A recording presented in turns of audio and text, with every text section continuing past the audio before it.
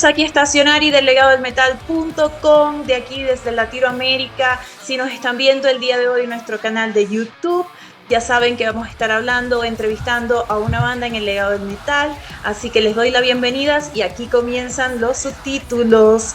Today I am joined by a band that is pushing progressive metalcore forward. They are coming straight out of Seattle, very interesting. And their new album, Coloring Grace, that drops on March 6th. It's coming via Eclipse Records, and it's already being called one of the most anticipated progressive metal albums of the year in their state. This record dives a little bit into trauma, addiction, heartbreak, but I feel that instead of staying so deep into dark, at the end it feels powerful. So, welcome to the show. This is Oathbound. How are you guys? Great. How are you doing? Thanks for having us. It's a pleasure to have you here, especially for our fans here in Latin America that are getting to know you today. So you are coming from Seattle, which is a city with deep history in heavy music, from grunge to metal. How did Oathbound come together, and how Seattle has been an influence to it? Yeah, so we came together a couple of years ago, just a group of guys that were looking, that we had a shared vision on what kind of music we wanted to create. And Seattle's scene for heavy music, as you mentioned, has always been, they've been very supportive, whether that be grunge or our deathcore scene here is like pretty well established. So we get a lot of support locally, just because heavy music is just woven into the fabric of Seattle, and we've been pretty lucky that we started as a band in such a supportive atmosphere. Wow, that's cool. And I am envy of you too, that you can enjoy the music, the scene of Seattle. Someday. So when I received your material, you were labeled as metalcore, as progressive metalcore, but let's not put you into a box. If you're going to present yourself to Latin America, how would you describe the band, in your own words?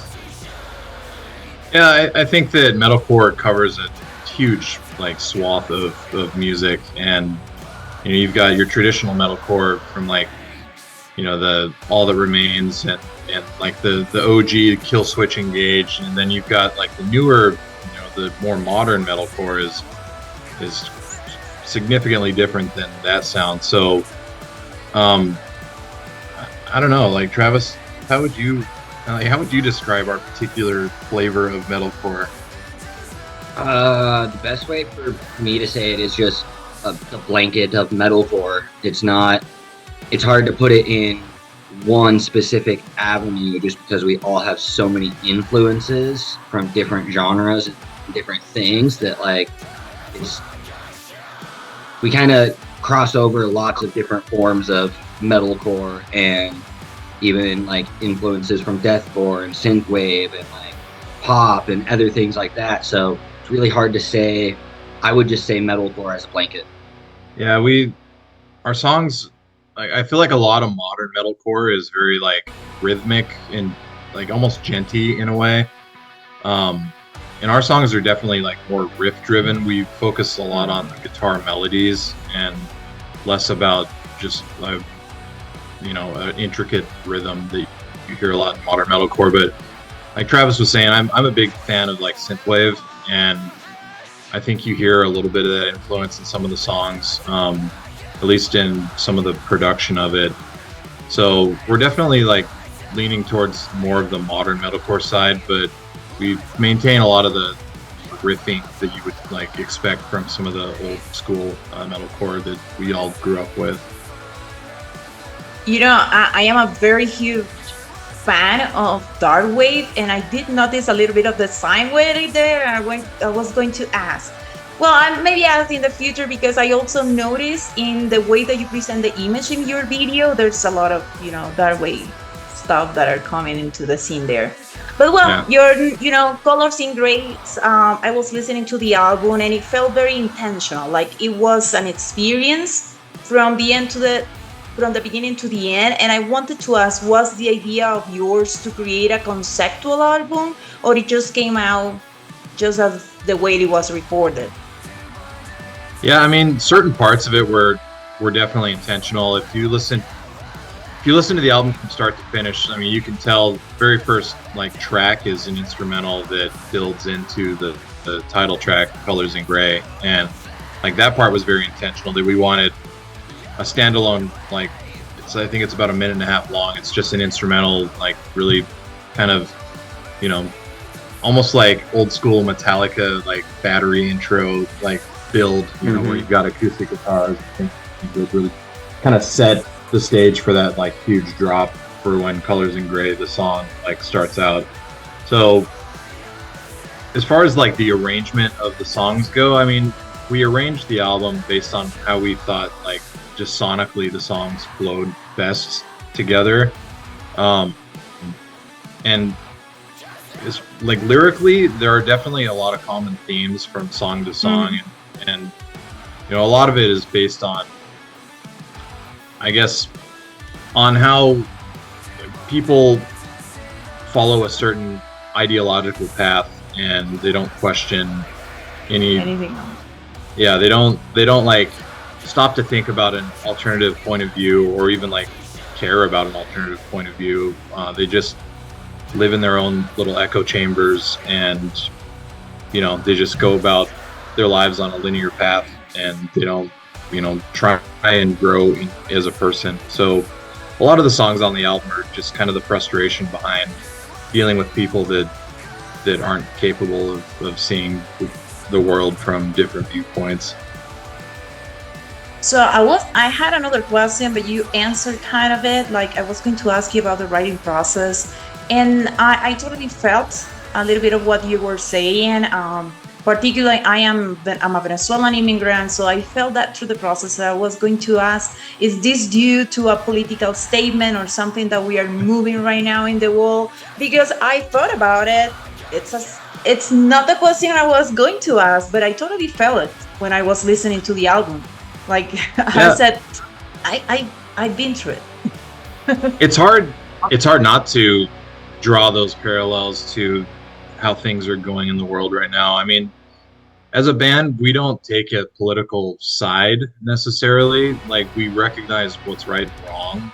And I think most people can agree, regardless of what their political stance is, they can agree on what is right and what is wrong. So there's definitely a lot of commentary on that. And like I was saying, with the ideological stuff, it's just the people that are unwilling to meet in the middle on social issues, on like human rights issues. I mean, it's frustrating to watch these things unfold throughout the world and like in our own country for that matter. But you know, we try not to get too preachy with the songs that we write, and focus more on the music and hope that the lyrics like connect with people on both sides, to be honest. I totally agree. Plus, music always brings the critical thinking, and that it's beyond whatever we believe right now. It's about, you know, open your mind. So talking about that you are writing, and of course your band is riff driven. How do you know when your song is ready? How do you know you have hit that sweet spot?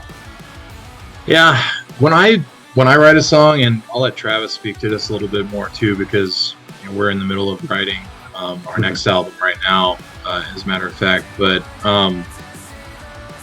when I write a song, like how I feel about a song is, if everything is really heavy, then it just like nothing is really heavy, because it doesn't, you don't get that dynamic in the song where you have a chance to breathe before like something like really hits again.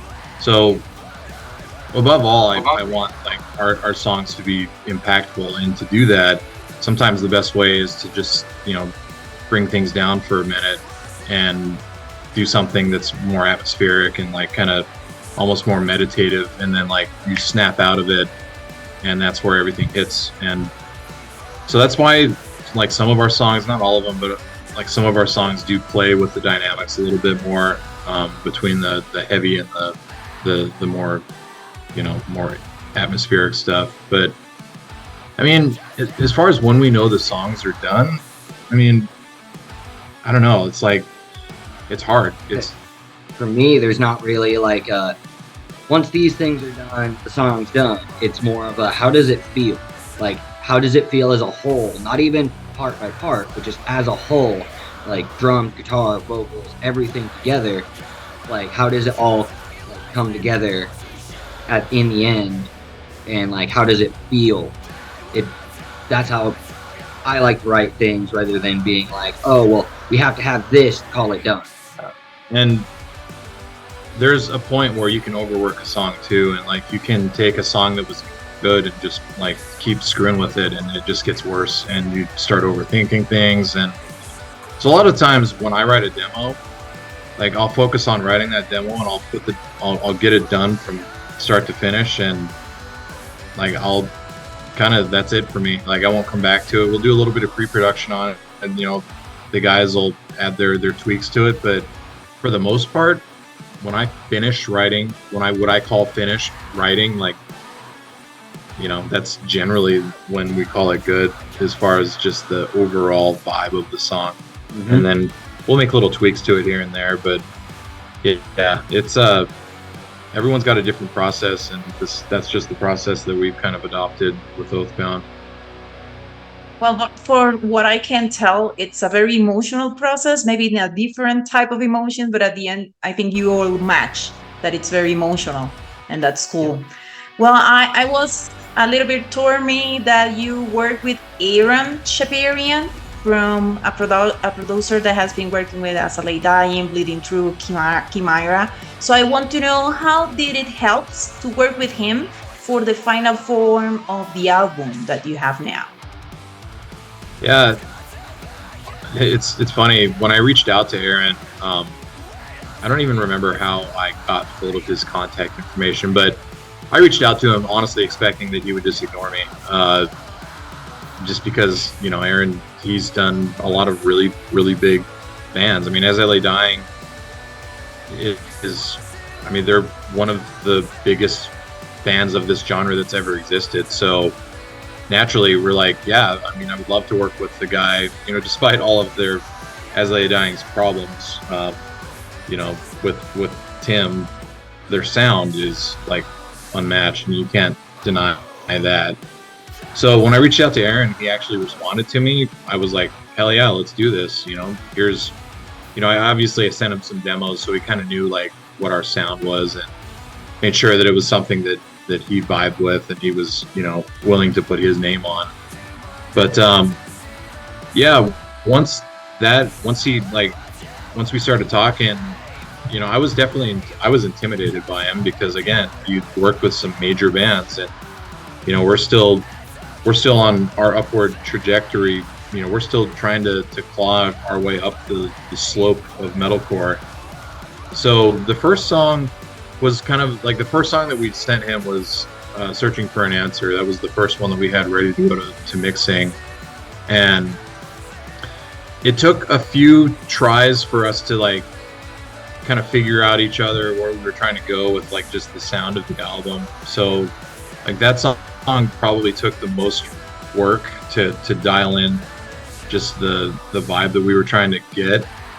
But you know, once we got through that first song, the rest, and I was blown away by how kind Aaron was and just like willing to like work with us, because I worked with people, like this industry is full of people that just don't have the patience or the willingness to like work with younger bands that are like coming up.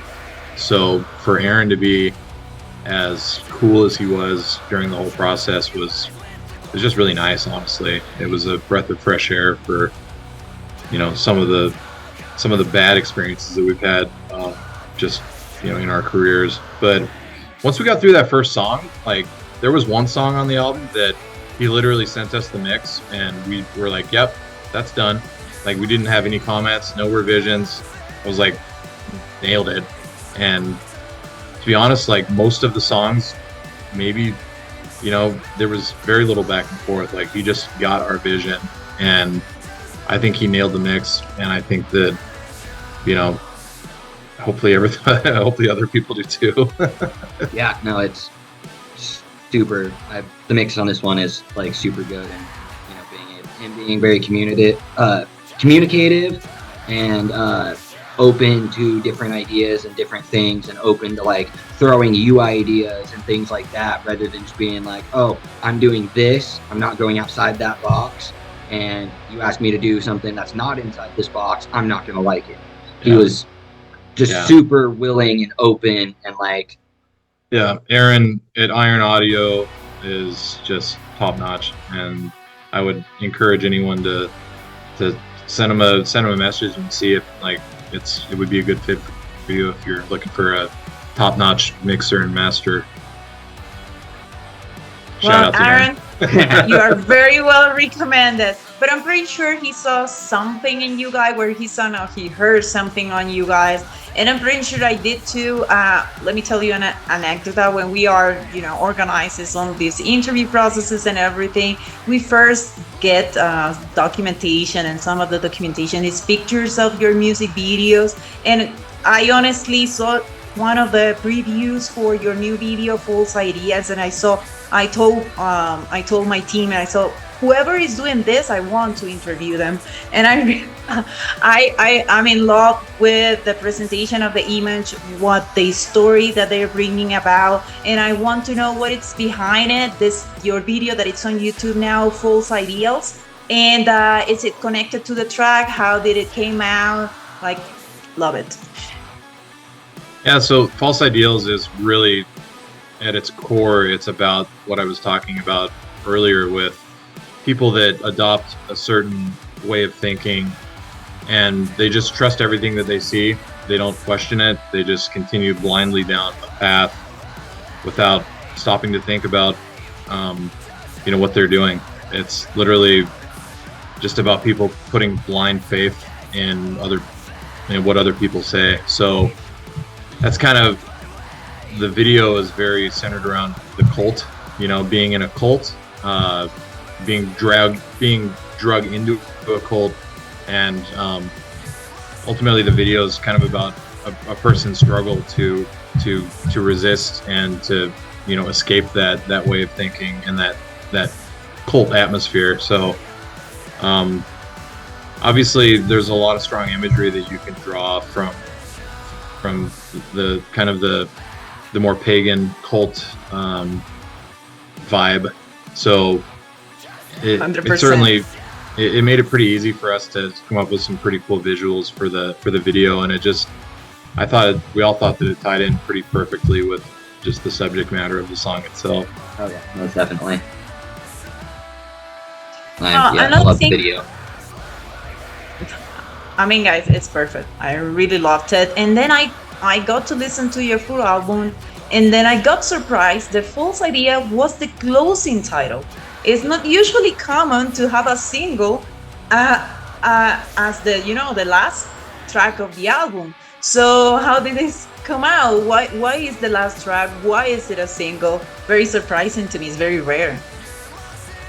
Yeah, it kind of goes back to what I was saying earlier about how when we arranged the track order of this album, it was more about like how well the album flowed together sonically from one song to the next. And it just so happened that for us, when we were listening to it, False Ideals just made sense to be the closing track.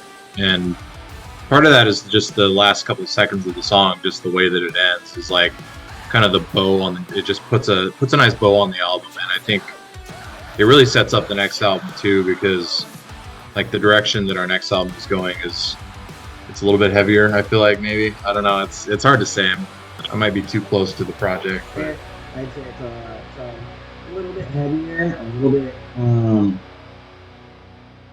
it's a little bit more. I can't even say heavier. It's just like better. Yeah, it's just better all the way around, and like a lot of groove and just like being able to bob your head and just the new stuff is gonna be really, really awesome. Yeah, but as far as this album goes, I mean, it wasn't I always knew, like when we wrote False Ideals, I knew that especially when the vocals were done, I just knew that that was going to be a single, because the vocal melody on that song is really, it's got a really good hook, and I think it's something that sticks in people's heads pretty easily, which is kind of what you want out of a single. You know, you want something that people are gonna remember, and yeah, it's just happened to be the last song on the album, and it wasn't intentional. It's just how it worked out.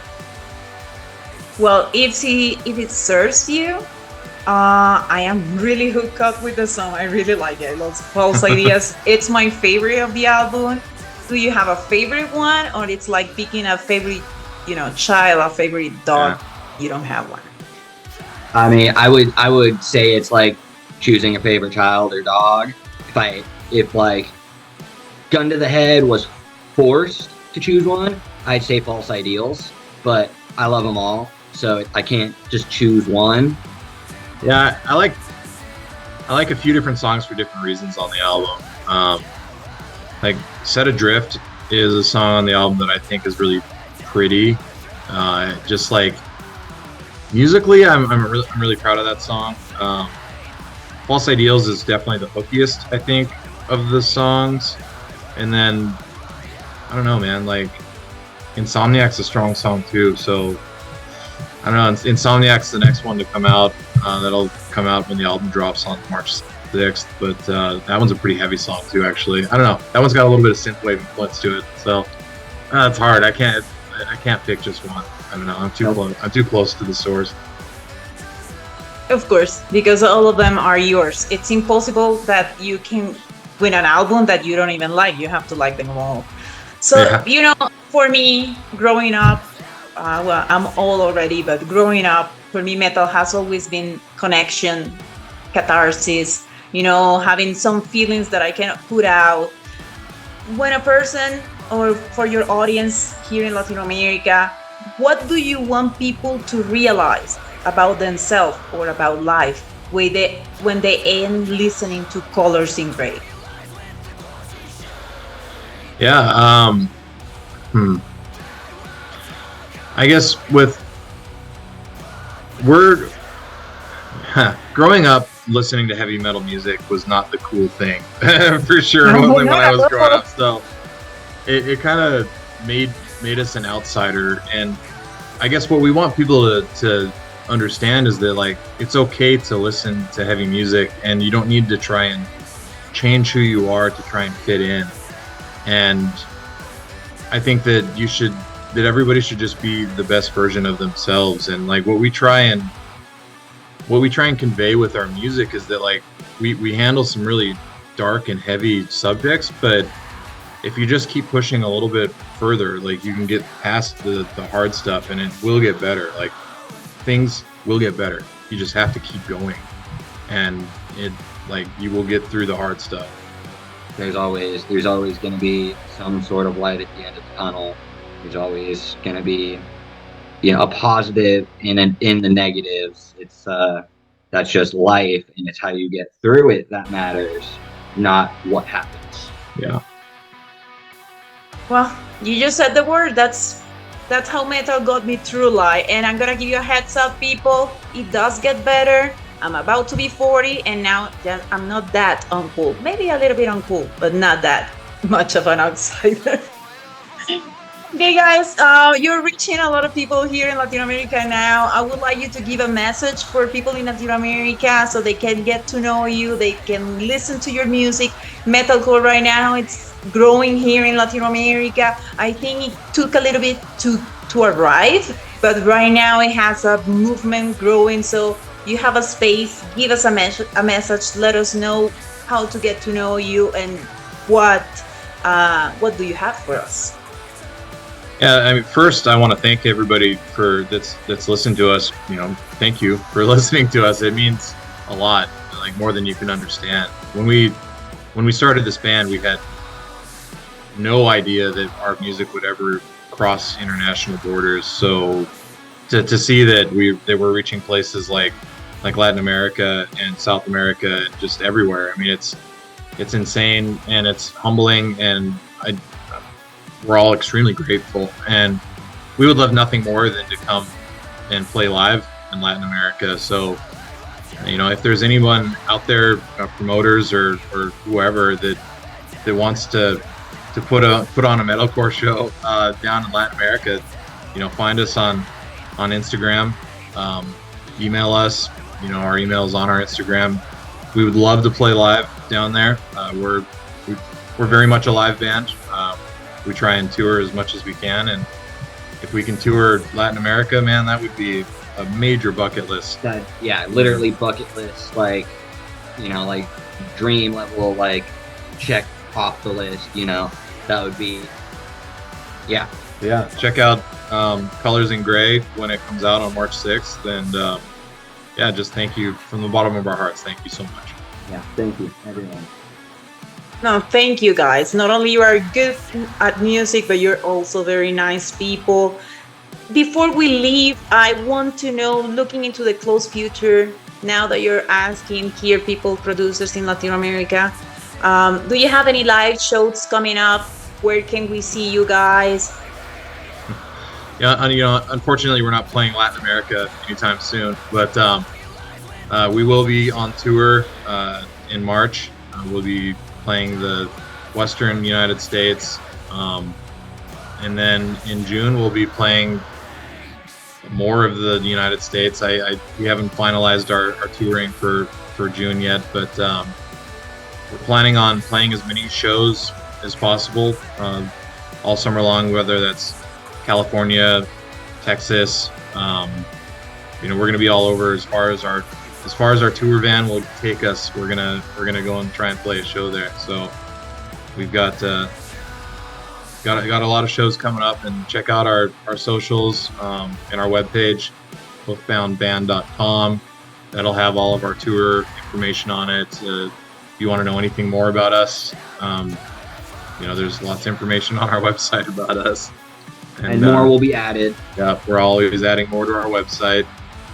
Like I said, we're kind of mid-writing right now for the next album, so hopefully we won't have to wait very long for more Oathbound after this album drops. So we're working hard every single day on this, man. Yep. Well, guys, this was Oathbound, and I just have to thank you guys. Seriously, very cool interview. Please go out, listen Colors in Gray. It's gonna be out on March 6th this year. It's not only emotional, but it's gonna walk you through, you know, some critical thinking. I really love the lyrics of the album. I really love the heaviness of the album. I'm very excited for it to come out and everyone to listen. But in the meantime, you can also go to their Instagram and then YouTube, because they already have singles like Searching for an Answer, False Ideals, which I love, and Insomnia, that it's coming out. Y aquí está Simon de legadodelmetal.com, por supuesto, representándonos aquí en Latinoamérica con las entrevistas. Es un placer para mí estar con ustedes y muchas gracias por estar el día de hoy, Legado del Metal, y nos vemos pronto en una próxima entrevista.